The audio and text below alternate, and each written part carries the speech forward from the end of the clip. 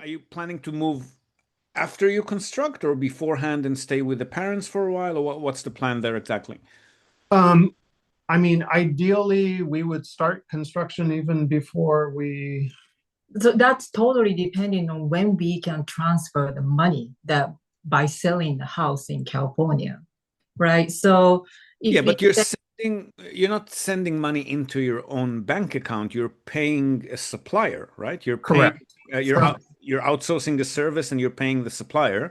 You're Right. not residents at that stage, so Japan doesn't care. now I I mean, it's understand. not like you have a bank account where you're getting income into, and then the tax department Yeah, wants to know what's because I that. was thinking somehow we have to transfer the money into our bank account. You're not going to have a bank account Yeah, before you're residents again. yeah. Yeah. So Got it. Got it. directly, yes, that Yeah. makes So sense. you are paying for a service from a Japanese service provider. It's nothing to do with your income in Japan. You don't have any income in Japan at that moment.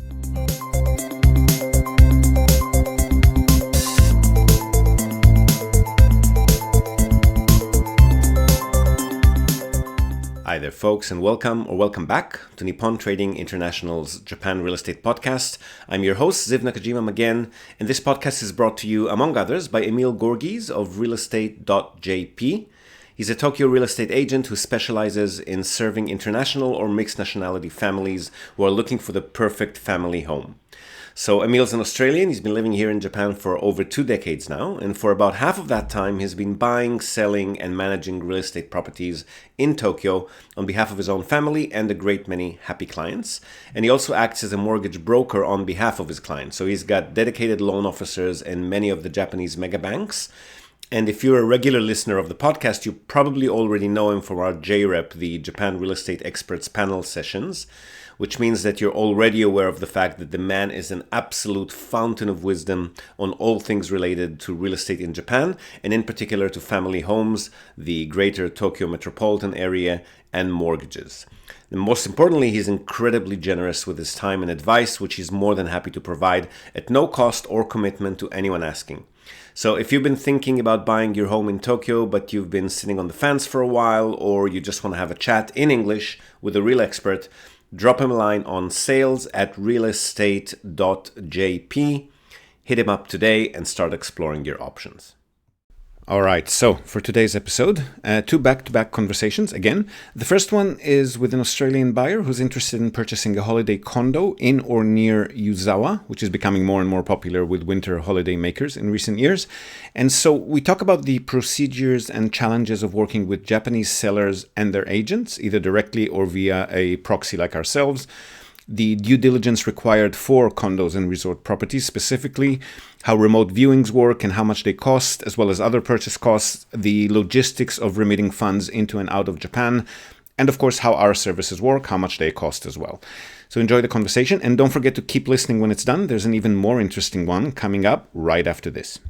Okay, so let me just dig up your email to give myself an idea of what we're talking about. Give me a sec. So you referred to us by Yuzawa Corp, were you? I think so. It was like a year ago now, and things happened, and we didn't kind of move forward, and so I just dug up the old email. Okay. Yeah, Angel Real Estate maybe in Yuzawa. Oh, Angel Photosan. Yes, we work with them as well. So I'm just looking in your email. Did you already have a listing that you're looking at, or you just? Oh, yes, there you are. Yeah. So we're not looking for Let me anything share my fancy. screen, so we'll have a look at Yeah. it together. Yeah. Sorry, go ahead. You were saying? Yeah, we're not looking for anything fancy. So we're kind of bank shopping. But when it comes to apartments and things, you can't really move forward without having someone helping you because of the banking and things like that. So, and I mean, on at home, you can't even contact a real estate. You need a Japanese phone number, as far as I can gather.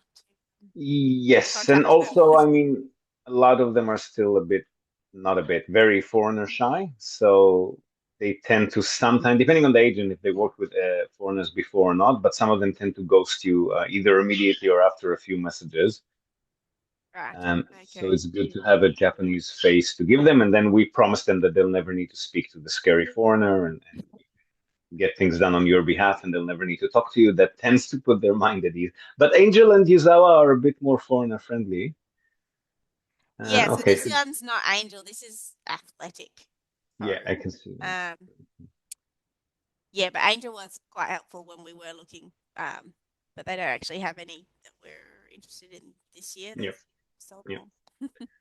more. Okay, I'll just point out that it's a little bit too old for comfort. Just bear in mind that as they approach 40, those monthly fees that you're paying up here, Yep.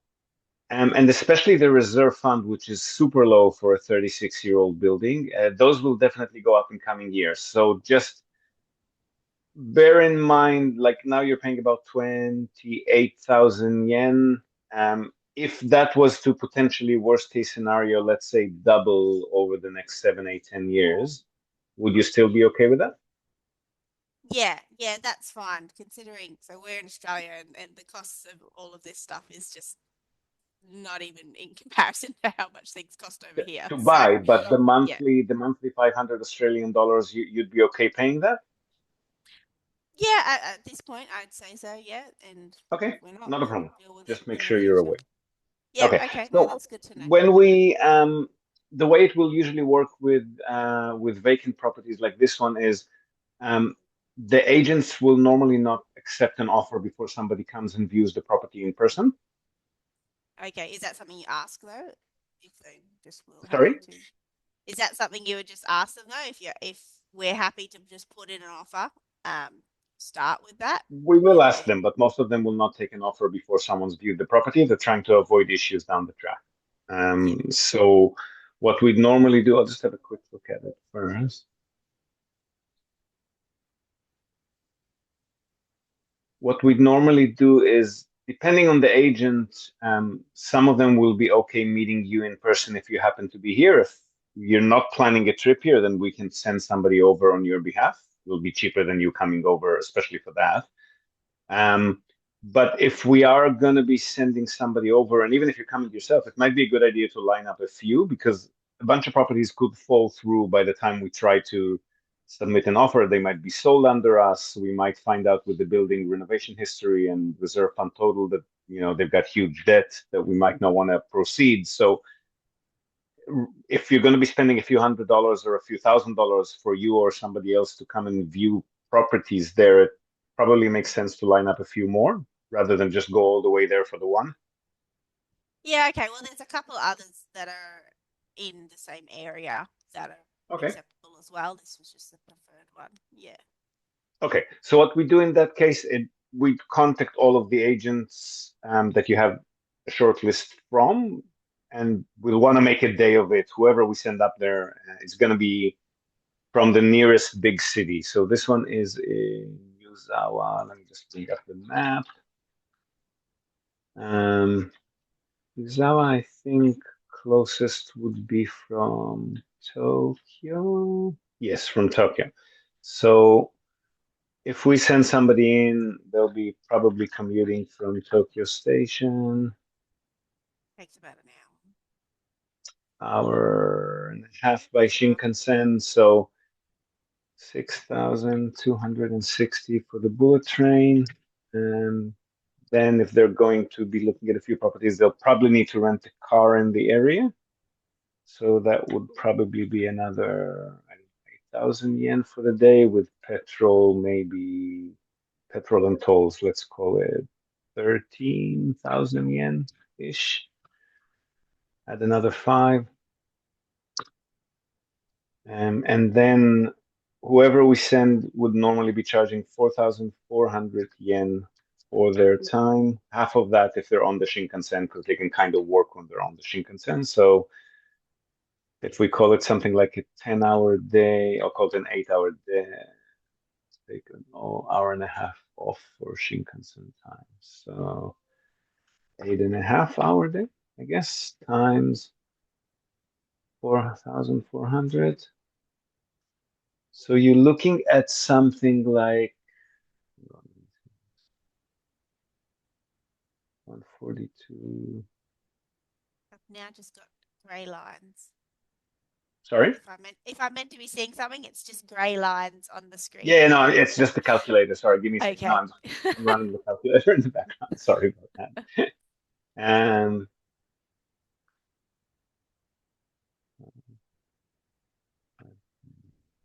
plus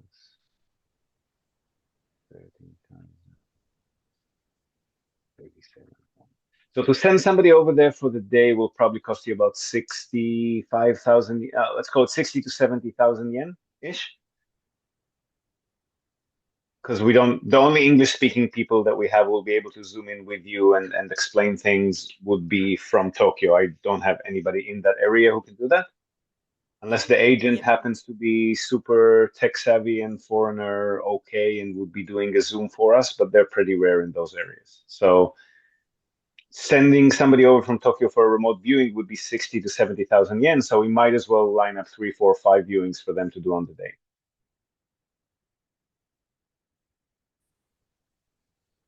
Hello? Have I lost you? Yeah, my internet just decided to disappear for a second. Sorry. But yeah, so Sorry. make a day of it and all that. Yeah, that's the idea. And alternatively, if you're coming in from Tokyo, then we can try to ask the agent if they'll agree to them showing you around with us zooming in. If you're coming in from Australia, I mean, with us zooming in and providing interpretation. So that could be an option as well. I think Angel and Yuzawa probably do have an English-speaking agent in-house from memory because they keep sending us customers, which means they're talking to people. I don't think they've So- got any that were on our shortlist. They were all No? other Okay. ones this time. Okay. So yeah, so But okay. probably we'll have to send somebody in with you, and it'll be 60, 70,000 yen for the trip anyway, whether you're here in person or we just send somebody over. So let's give them a day. Yeah.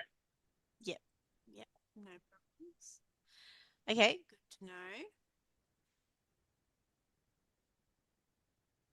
And then, well, I've got various questions, but I don't know if you want to keep running. Yeah, through go for it. the whole processes. So we recently were just trying to buy a property in Joetsu, and it just kept kind of every week there'd be some new extra cost that would kind of just appear. So we're really keen to understand all of the costs, and the one that was, the couple that were quite large were bank fees. If we're paying, from Australia into a Japanese account, how much those sort of are with the banking system that you That was use. the largest expense in your calculation of cost. There should be a few much higher than that.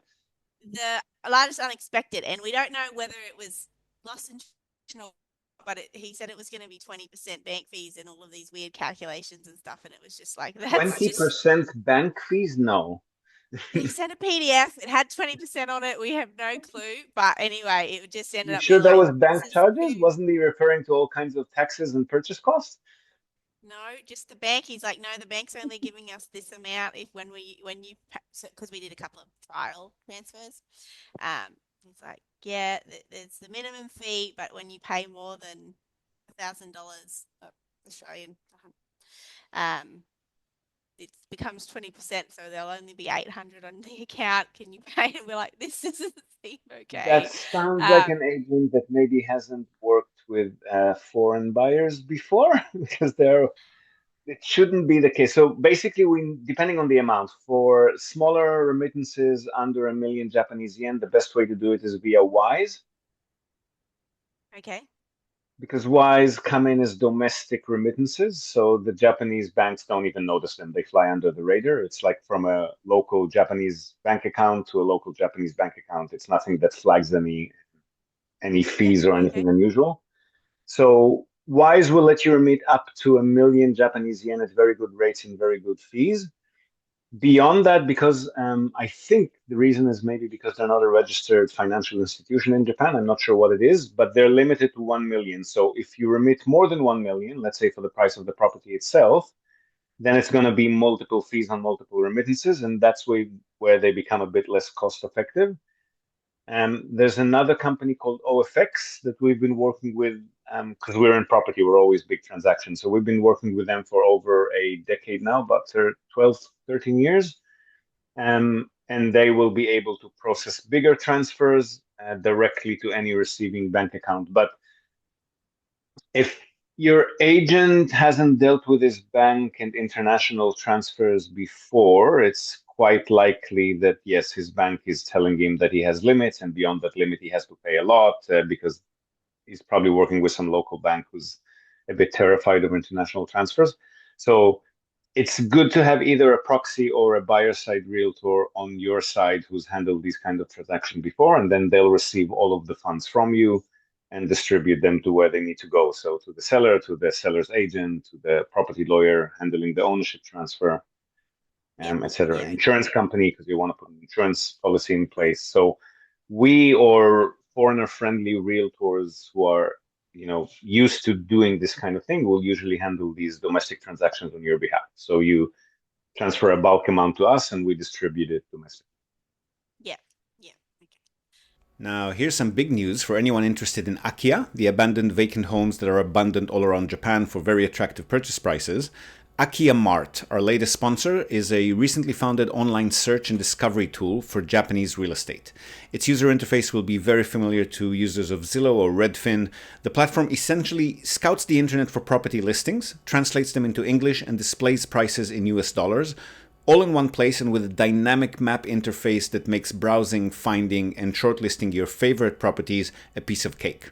Which any of you who have been struggling with the dozens, if not hundreds, of Japanese property websites that are available online and their very clunky interface will probably find a real blessing. They've got already over 500,000 listings on the platform, and the database is expanding daily. Ranging from abandoned rural homes to luxury urban properties, Akia Mart makes it easy to find your dream home in Japan, regardless of your budget. Now, while the platform is essentially free for use, here's an exclusive offer for listeners of the podcast. You can use the promo code NTI to receive $5 off Akia Mart Pro. The subscription will unlock a bunch of very attractive features for you, including unrestricted access to the entire nationwide property database and a whole range of filters, which will help power charge your search for that elusive perfect home and make it even easier. So hop over to akia-mart.com, that's AKIYA-MART, akia-mart.com, and kick off your search today. Cool. No worries. And then. But there are other costs involved in a sale that you probably should be aware of. Did you want me to break those down for you?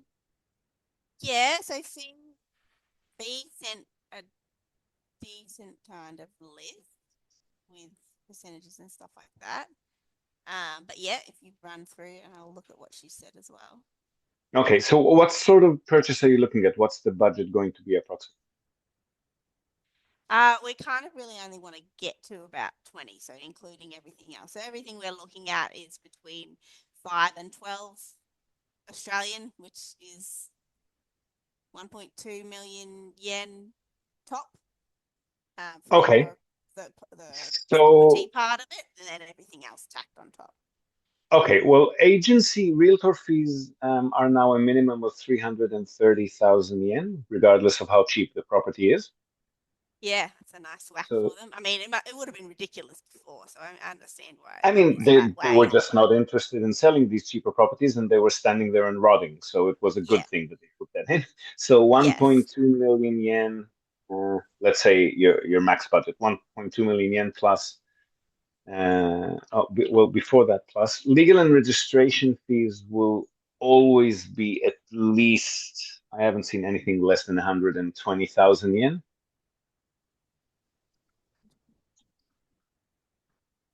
What was that? Legal and registration? Legal and register. So the lawyer's fee and the amount that it costs to physically register the property, register the ownership transfer over to your name. So I guess we can call it 10%. I've never seen it to be less than that. If we're very lucky, I mean, like we and again, buyer side realtors, people who are doing many transactions, usually work with the same scrivener who might be offering a bit of a discount. But let's assume it's going to be about 120,000 yen. And then your purchase tax, that'll come in after the settlement, like 6 to 12 months afterwards. That's usually going to be about 2.5% worst case. It varies depending on the official evaluation, which is going to be different to market price. So I can't tell you exactly in advance, but let's assume I don't know, another 100,000 yen, just in case there's a minimum for that as well. I'm hoping less than that. So 1.2 million plus 330,000 for the realtor, plus 120,000 for the agent, for the legal and registration, plus let's hope not more than 50,000 for purchase tax down the track. So you're not gonna get away with less than 1.78 million, I would say. Yep, and then your fees are the 275,000. Is that right? Yes, but we're a little bit too swamped at the moment to do full purchase facilitation, where you just need to talk to us and we do everything on your behalf. What I've been doing for a while and will continue to do until we get our hiring and training sorted, because we're just growing a bit too fast, is I'll put you directly in touch with a foreigner-friendly English-speaking realtor. So they'll be able to handle the logistics of the purchase on your behalf, same as we would have done in English. They're not going to be super strategic in conversations with you to help you, raise red flags, prioritize one property over another. But to be honest, at the budget that you're looking at, I don't think you'll have much of an option. Like even if I was consulting you on the purchase, all I'd say is too cheap, too old, don't buy that. But that's what you're going for. So I don't think you need to be very strategic or anyone to be holding your hand. I'll just put you directly in touch with an agent and they'll help you buy whatever you need. Right. Okay. So then it's not the 275, it's 1,000. It's something that the real estate charges. Is that what you're saying? Well, the real estate agent, it depends on the listing agent, the seller's agent. If normally the way it works in Japan is seller agent charges the seller, buyer side agent charges the buyer, so that you'll only have to pay a single realtor commission to whoever represents you as a buyer side agent. Some of the listing selling agents are a bit greedy, or they work for a company that has a greedy policy by which they want to be double dipping. So they want to be the only agent involved in the sale, so they can be charging both sides. If that's the case and that's a property that you're particularly keen on, then you'll be able to pay your buyer side agent separately. So if there's a property where the seller's agent doesn't want to share their commission, you'll have the option to pay your buyer side another 330,000. So there'll be two realtor commissions, which is kind of similar to our 275, I guess. Right. Okay. But in most cases, hopefully the seller's agent will be okay for them to represent you, and they'll represent the seller, and then you'll just pay the 330 as we've discussed at the start. Right. If you do want us consulting and holding your hand and raising red flags and helping you with due diligence, then we can do that on a 10-hour retainer, which usually is enough for a single purchase. That's going to be 66,000 yen. But again, you're buying super cheap. The only thing really I'd watch out for is to buy a building as young as possible that has had good renovations done in the last 10 years and has enough money in reserve funds to pay for future big renovations if they haven't been done in the last 10 years. But with your budget, your options will be super limited. I guess you'll just have to take whatever's out there. So I don't know how much due diligence or consulting you'll need in this case. So when you mentioned just then the balance in the reserve, the renovation fund, is that something that we get told about, like as a part of the document of important matters or whatever?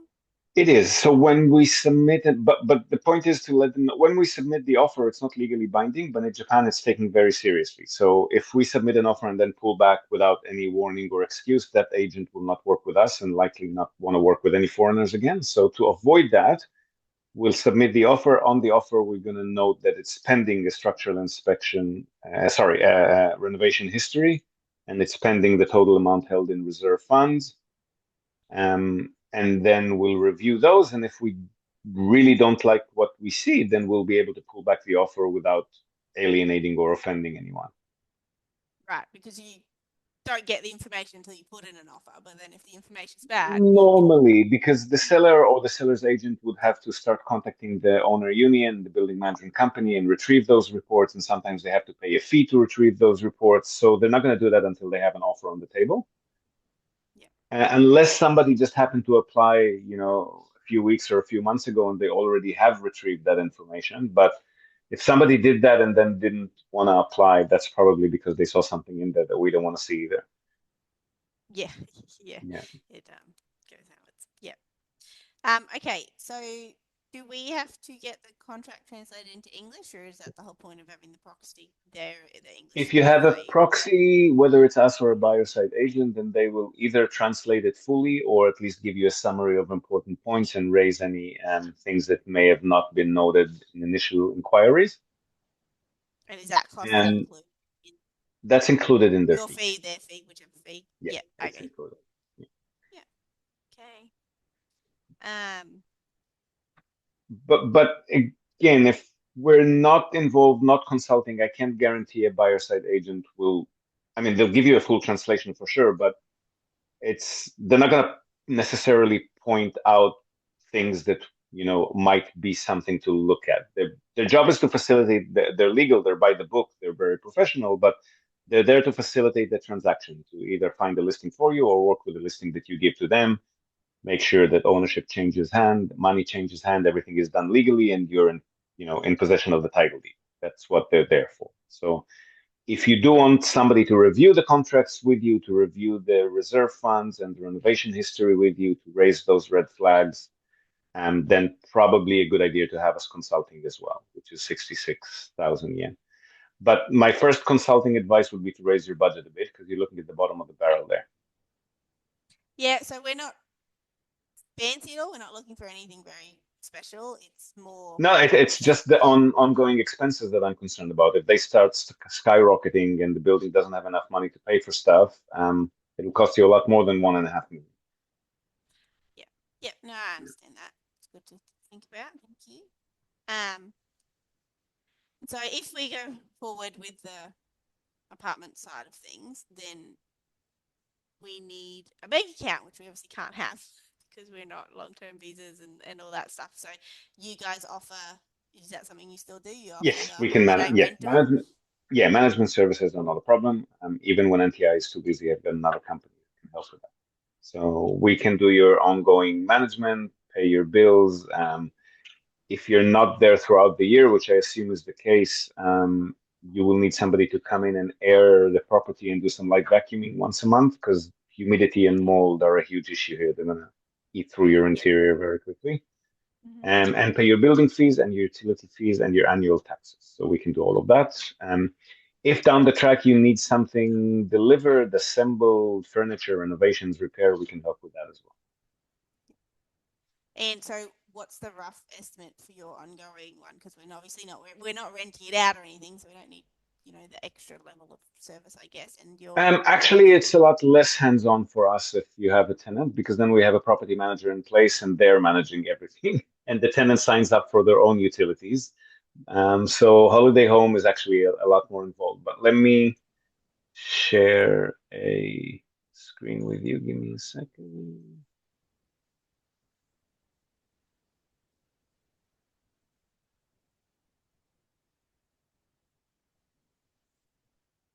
I'll send you this file whenever you're ready, but I'll just go over it with you now quickly while we're both here. Yeah, you can flick it through whenever.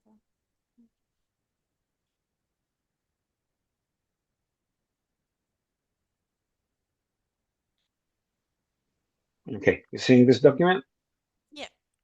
Okay. So first, just to bear in mind, the fees that we're going to be discussing in a minute are our fees. Third parties like the cleaners, the utility companies, the building management companies, they're obviously going to be charging what they're charging. So we're just talking about the fees that we charge for management. And anything that's not in this list, we just charge by the hour, which is 4,400 yen. Yeah. Okay. Everything connecting to utilities to get a contract in with the cleaners between our schedule and their schedule and all kinds of little complications that can rise along the way. It could take up to a month to put any kind of service in place. So if you call us and say, hey, I'm done with settlement, here are all the documents, I'm coming in tomorrow, you're not going to have what you need to have there. So we need time to organize these things. And we obviously will look for the best possible contractors, but we can't guarantee anyone's quality of work. If they don't do a good job, then we'll obviously replace them. And we'll try to give you, whenever there's an option, we'll try to give you at least 2 options for any service that you need to choose from. If you want us to research more, find more options, then we can, but that's going to be at an hourly rate. Similarly, if we've booked an appointment for you, for example, with a gas technician or somebody who needs to come in when you're there, and you have to cancel or reschedule for whatever reason, we can do one rescheduling for you. But beyond that, again, we'll have to charge by the hour. So the way, and we need keys to the property, obviously, for ourselves and for the cleaners. So 3 plans there. You're probably, if you're not going to be there throughout the year, you probably need the silver plan. So silver includes everything which is here in the bronze, which is connecting you to utilities with or without a fixed internet connection if you want it, putting in an insurance policy, and making 2 sets of extra keys for ourselves and cleaners, and paying off your annual property taxes and paying off your resort and condo fees. That one costs us 106,000 yen to set up, roughly, and then 2 monthly hours, so 8,800 yen for management. Yep.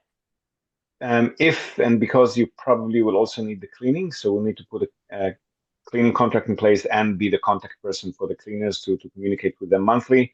And then it's going to be 164 to set up and 13,200. So one more monthly hour for management. Yep.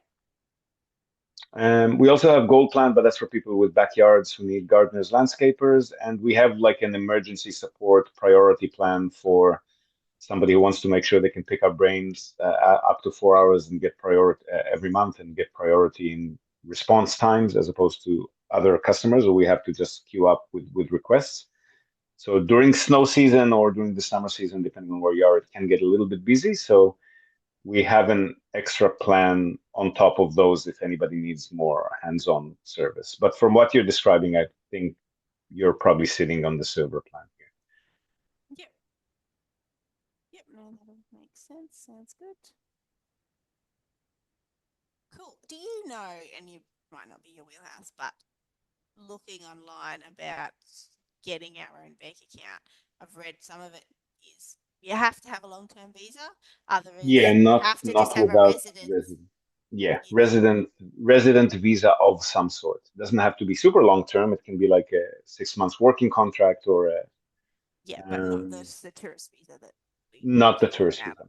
Yeah, Unfortunately, okay. not. But a Wise account works pretty well. You can send money from a Wise account and receive money in a Wise account, usually anywhere in Japan.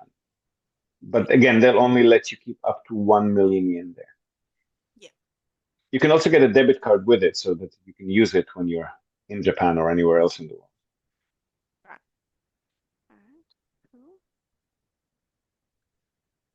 Okay, so once I've had a chance to, review this and think about it and things like that, what's the Yep. next step?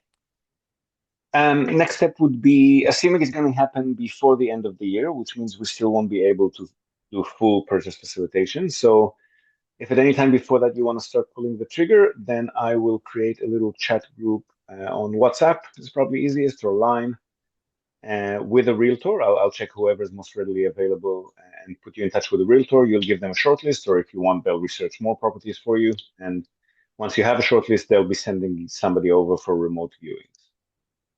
And when I create the chat group, just let me know if you want me to stay on there and consult, which will be again 66,000 yen. Or if you want me to just introduce you and jump out, that's perfectly fine. Don't feel obliged to hire us. Yeah.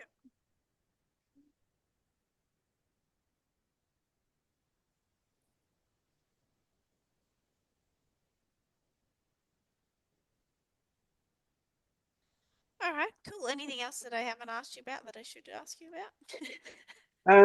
No, that's just points, tips. Try to go as close as possible to 30 years and younger as opposed to 40 years and older. Yep.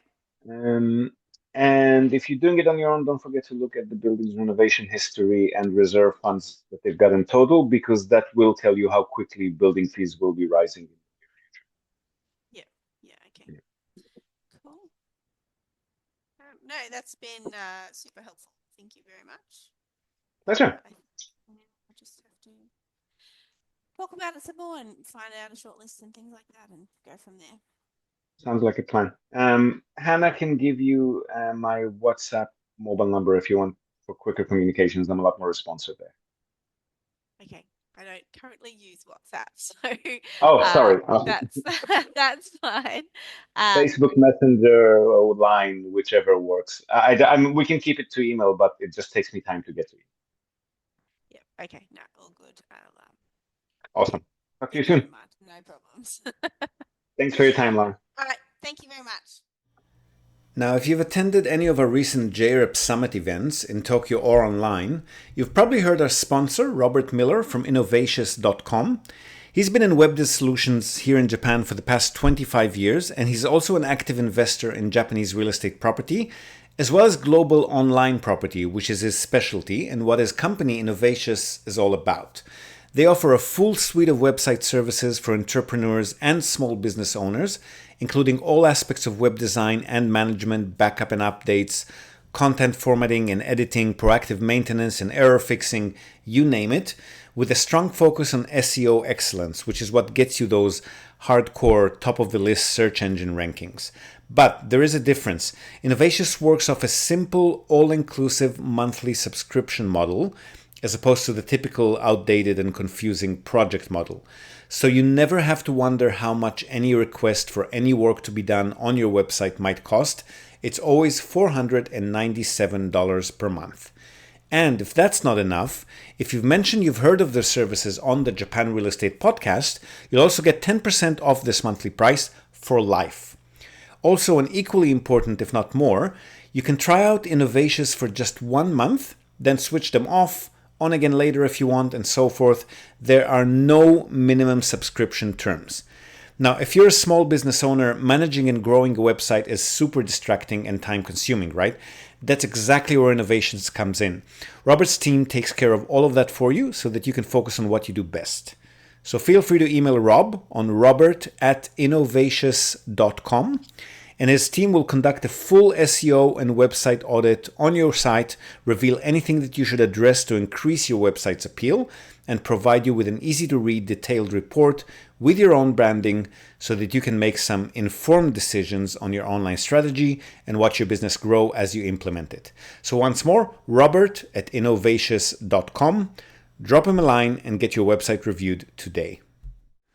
So there you have it, the intricacies of purchasing a holiday condo in Japanese ski country broken down for your convenience. Now, for this next call, this is an international couple, USA-born husband, Japanese wife, currently living in the US, and they've been offered a gift from their family in Japan to take over a plot of land with a big old house on it, which they're planning to potentially demolish and rebuild on. So we talk demolition, disposal, construction costs, strategize on the feasibility of that particular property versus others, how we can assist with development and construction projects if needed, and also a bit about cross-border taxation matters, how moving back to Japan may impact the taxes due, if at all, and how to minimize that financial burden. So really interesting chat on a topic that we don't cover that often here on the podcast.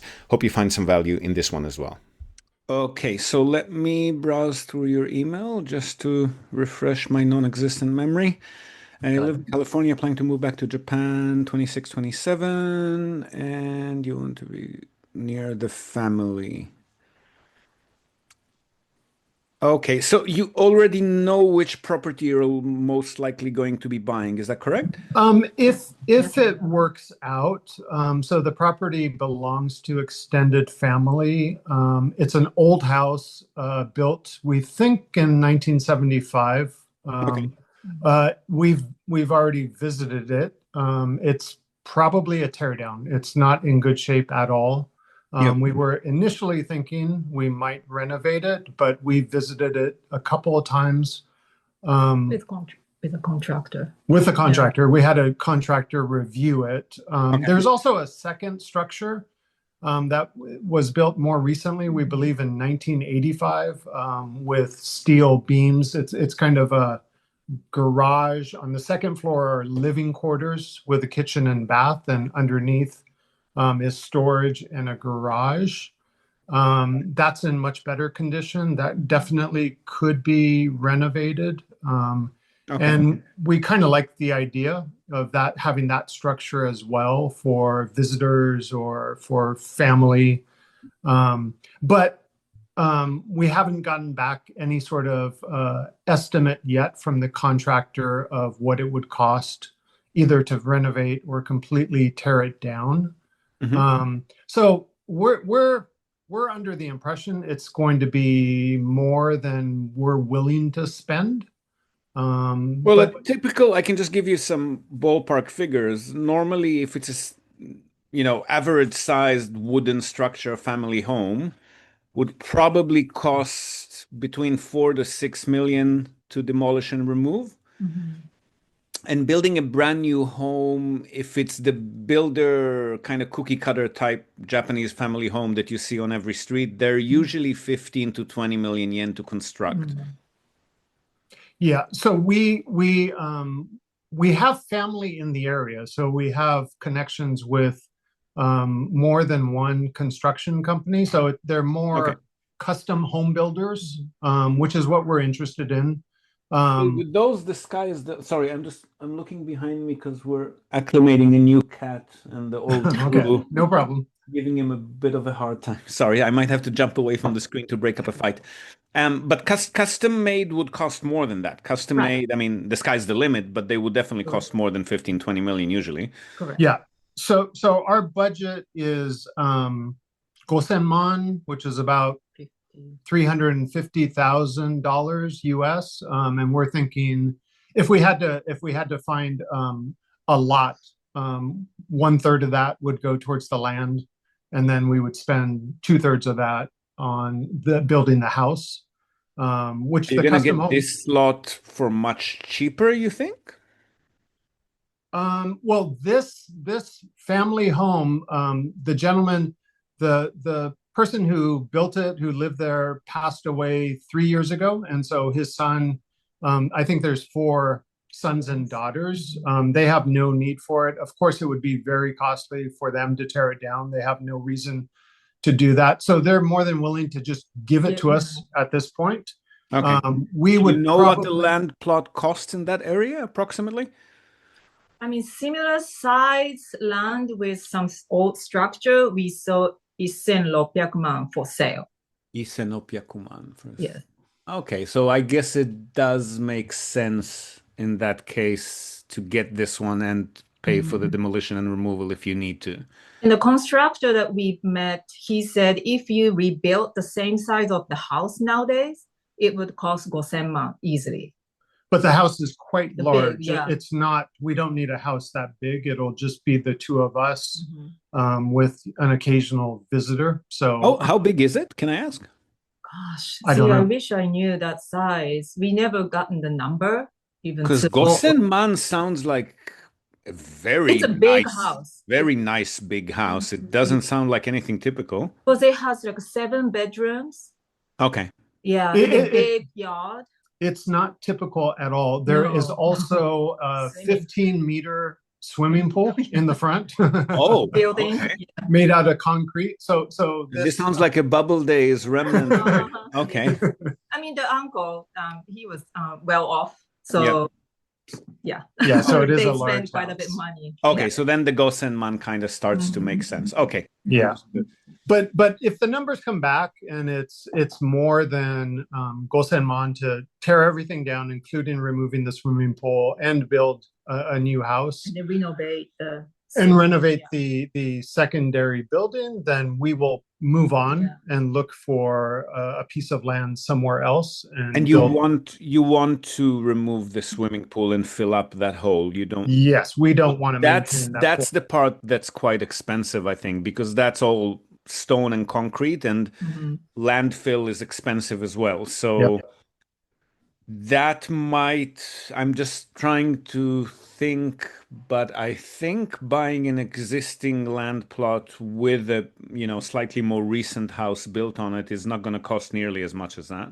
Correct. That's what our hunch is. We're waiting for the numbers to come back. Saudi's father is very excited about the idea of us living in this. So that's the other part of it.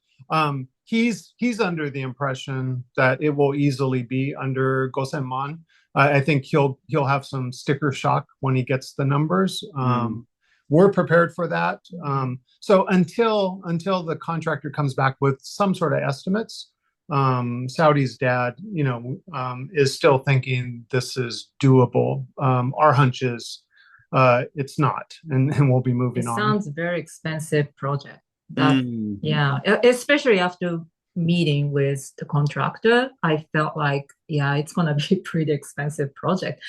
Of course, we can make it in the within the budget, but what we want to do with that land and house, my hunch is it's going to be more expensive than we wanted. I'm thinking removing that swimming pool and filling up the land is going to cost you at least as much as buying a new land plot. So I'm not sure. I mean, there must be other properties that are still close enough to your dad. Yes, Definitely. Yes. The other thing going for it, it has a beautiful view, south facing, overlooking Nakano City. So that was the other very attractive thing. You can see most of the Japanese Alps on a good day. So that was also very, very enticing. But of course, we're not going to pay just for that. I mean, it's still well below California prices, right? Yeah, exactly. Exactly. Yes. Okay. Okay, understood. So I guess, like you said, we're waiting for numbers to try and figure out if it makes sense or not. Yeah. Yes. And then if that doesn't work out, we have family here. Her dad, Saudi's dad, is very helpful. I think we'll get a lot of assistance from him, to take a look at land plots that we find online. So I'm not too, I don't know that we need a whole lot of help finding land plots. Yep. Because we do have considerable help on the ground here. Okay, so if let's assume it's not going to be that property, what sort of age house would you be looking at? Will it be 20 years and younger-ish? I mean, we would build a new house. Yeah. You would build a new house in any case? Yes. Yes. So I guess for the purchase, I don't think you really need us, because you're going to be either buying something that's relatively new or buying vacant land. As long as it's on a flat surface and it's not, there's no land liquefaction issues, I don't think you need much consulting on that. It's pretty straightforward. So I can put you in touch directly with a foreigner-friendly realtor who'll be able to facilitate the logistics of the purchase remotely on your behalf in English, receive funds from you and distribute them domestically to wherever they need to go, the seller, the lawyer, whoever's involved. So the logistics of it wouldn't be an issue. If you do think you want some hand-holding and consulting, we can, for a few $100, just on a 10-hour retainer, just be there. We'll create a little chat group with the buyer side agent in WhatsApp or Line, and then we'll jump in with feedback, guide them on due diligence if any of that needs to be done. So that's the easy and cheaper part. We interrupt this broadcast to tell you about Tokyo Family Stays. They're a short-term rentals company in Tokyo, and they offer a home away from home experience, which is just perfect for remote working, quarantining, if that's still a thing, or if you just need somewhere quiet to get away from the world. They offer a variety of options for families, corporate relocations, or even if you're simply transitioning between homes in Tokyo. The properties are super comfortable, tastefully furnished, fully equipped with all amenities, and they accommodate up to 10 people. So really the only thing you'll need to bring with you is your toothbrush and maybe a change of clothes. They come with fast, unlimited wireless internet, dedicated workspaces, and fully equipped kitchens, and they're just a delight to stay in. Fantastic alternative to Japanese business hotels, which if you've ever stayed in one, you probably know they're tiny, they're noisy, fine for a night or two if you're on your own, but longer term or with a family, you'll probably feel you're in a jail cell very quickly in a Japanese business hotel. So if you want to give yourself a sense of space and freedom by renting a real home, with comfortable Western beds, including all the necessities like baby bedding, children's toys, high chairs, etc., you definitely want to reach out to Tokyo Family Stays. They've been at it for over a decade. They're a fully licensed minpaku or short-term stay operator. And as a special bonus for our viewers and listeners, they're also throwing in a breakfast basket upon arrival for anyone who books and mentions the Japan Real Estate Podcast or NTI. And not only for guests, if you're a property owner, you've got an investment property that you want to tweak for higher profit, or a holiday home that you want to rent out when you're not using it via short-term stays, drop them a line today, see how they can help you maximize your property's income. And again, as a special bonus to our viewers and listeners, they're also offering a free audit of your existing short-term stay listings without any obligation whatsoever. So feel free to reach out to them at tokyofamilystays.com. Well worth a visit. And again, if you're in the market for a family home in or around the Tokyo metropolitan area, Emil's your man. Don't be shy to reach out to him as well at sales@realestate.jp. And now, back to the podcast. Managing the renovation, the construction project, that might be where you might need a little bit more help if you're not residents, because most of the construction companies, I mean, there are obviously some companies that are geared towards foreigners, but they tend to be a lot pricier normally. Mhm. So it probably would be more cost efficient to have someone like us manage a traditional construction company on your behalf. Even with the added overhead, it'll be still cheaper, I think, than a foreigner-facing construction company in most cases. Got it. What we thought our biggest challenge was going to be was the transfer of funds, right? We are not residents, so we have no bank accounts here. The proxy service is what the biggest service we thought we would need from somebody like you or similar. Well, a buyer side realtor who's dealing on a regular with foreign customers will be able to receive funds from you, or to work out what kind of account information they can get from the seller or whoever is involved, and give you a SWIFT code, or that shouldn't be an issue. I don't think you need to, because our service is an added layer of service. It's more expensive. I don't think you need us just for that. I'll put you in touch with a foreigner-friendly agent who'll be able to assist with all of that.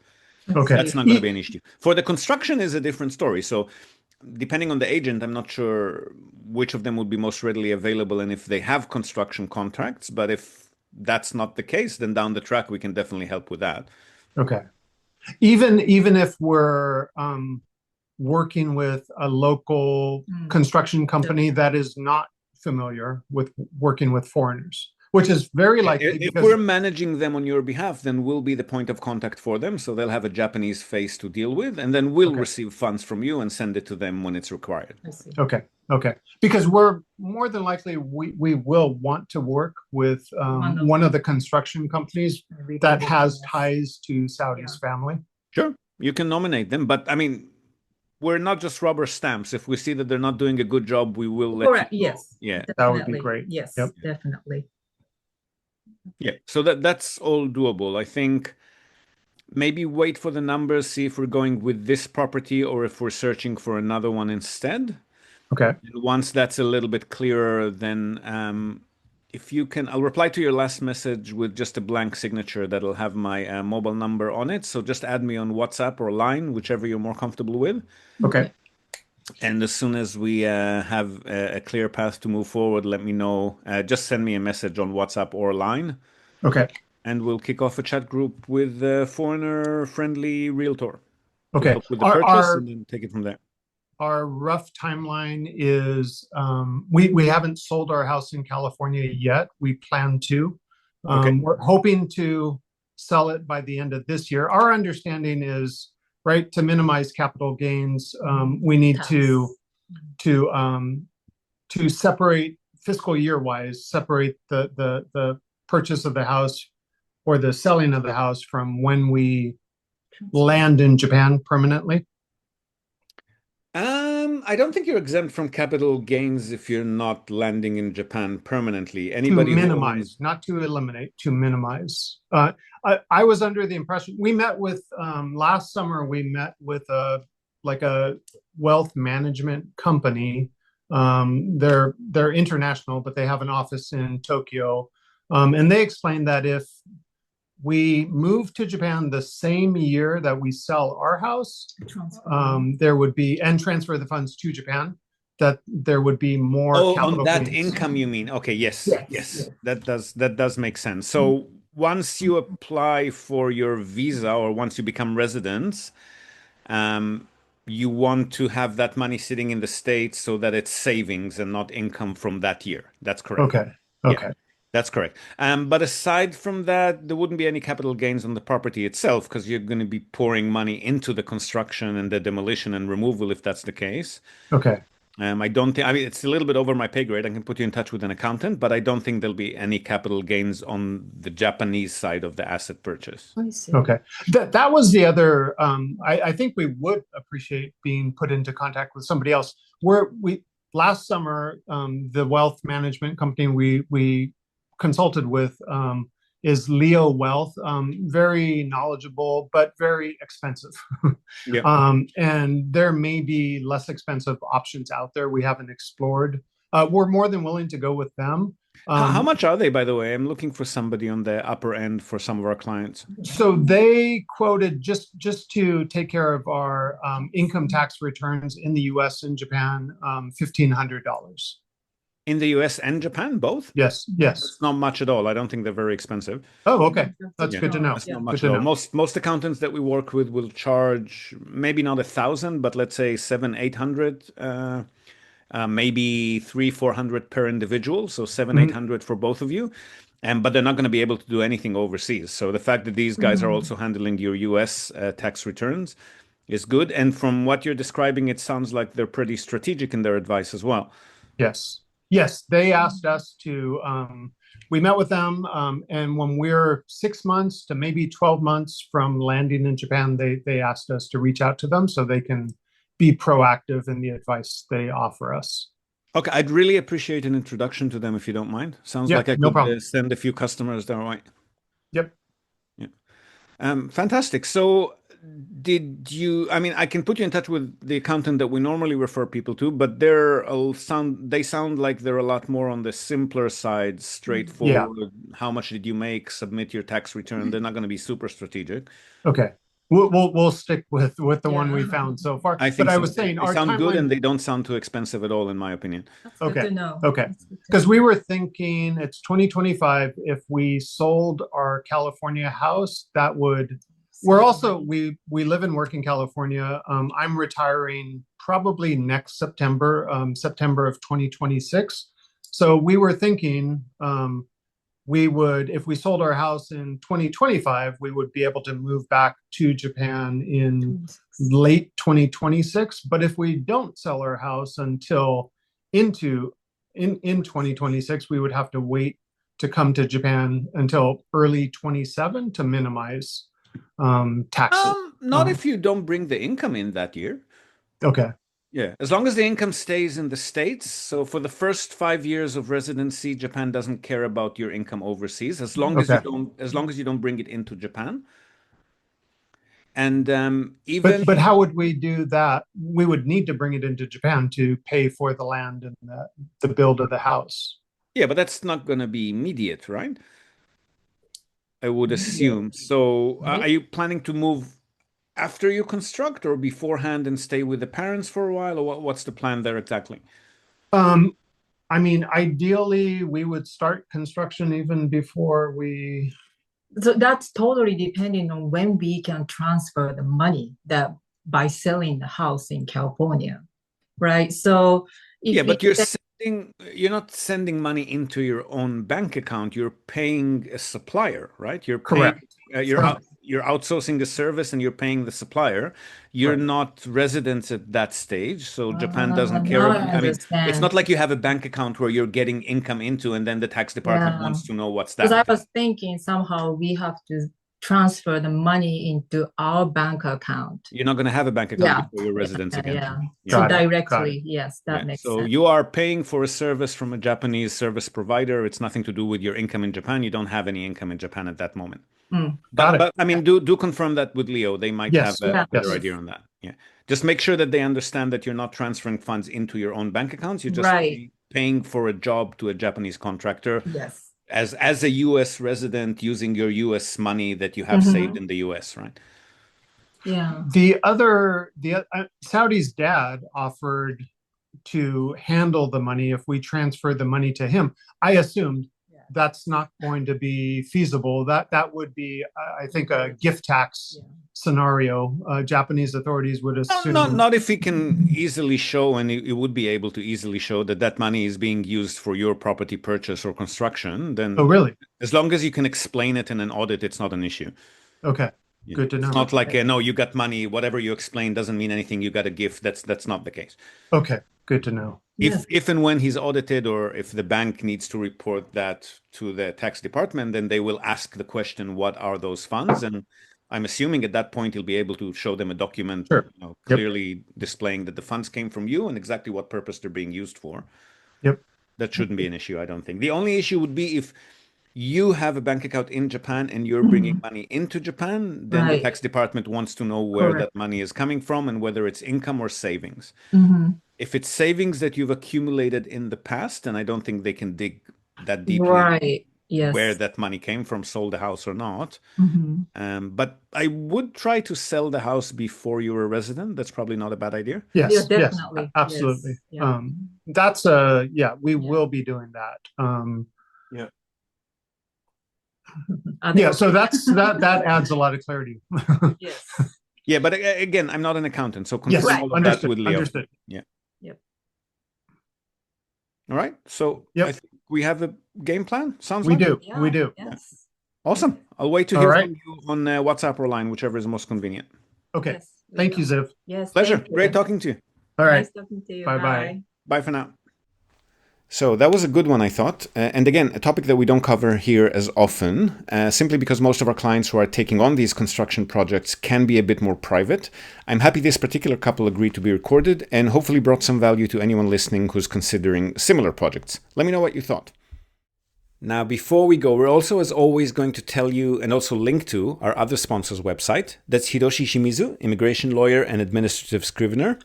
If you're thinking about moving here on a more permanent basis, or you're already in Japan on some sort of a temporary visa and you want to switch to a longer term or permanent one, or if you're considering setting up a local company or a branch office of a foreign company and you've got any sort of business or visa related inquiries, or even if you just want to find out what your options are on any of these topics, feel free to contact Hiroshi Shimizu. You can find him at japanimmigrationexperts.com. And he can help you set up a company, apply for any kind of visa, or just provide you with the best advice and extremely affordable consultation related to these topics. And he's already done that for many of our listeners. So feel free to reach out to him. Again, that's japanimmigrationexperts.com, and you'll be well on your way. And that's it from us for today, folks. Hope you've enjoyed this episode of the Japan Real Estate Podcast. Do share it with your networks, and please let us know what you think. So leave us a short rating or review on the iTunes Store, on Spotify, or just drop us a line in the comment section of wherever you might have found this episode. We love hearing from you. Hope to have you with us again next time, and until then, have a great day or night ahead. Yoroshiku.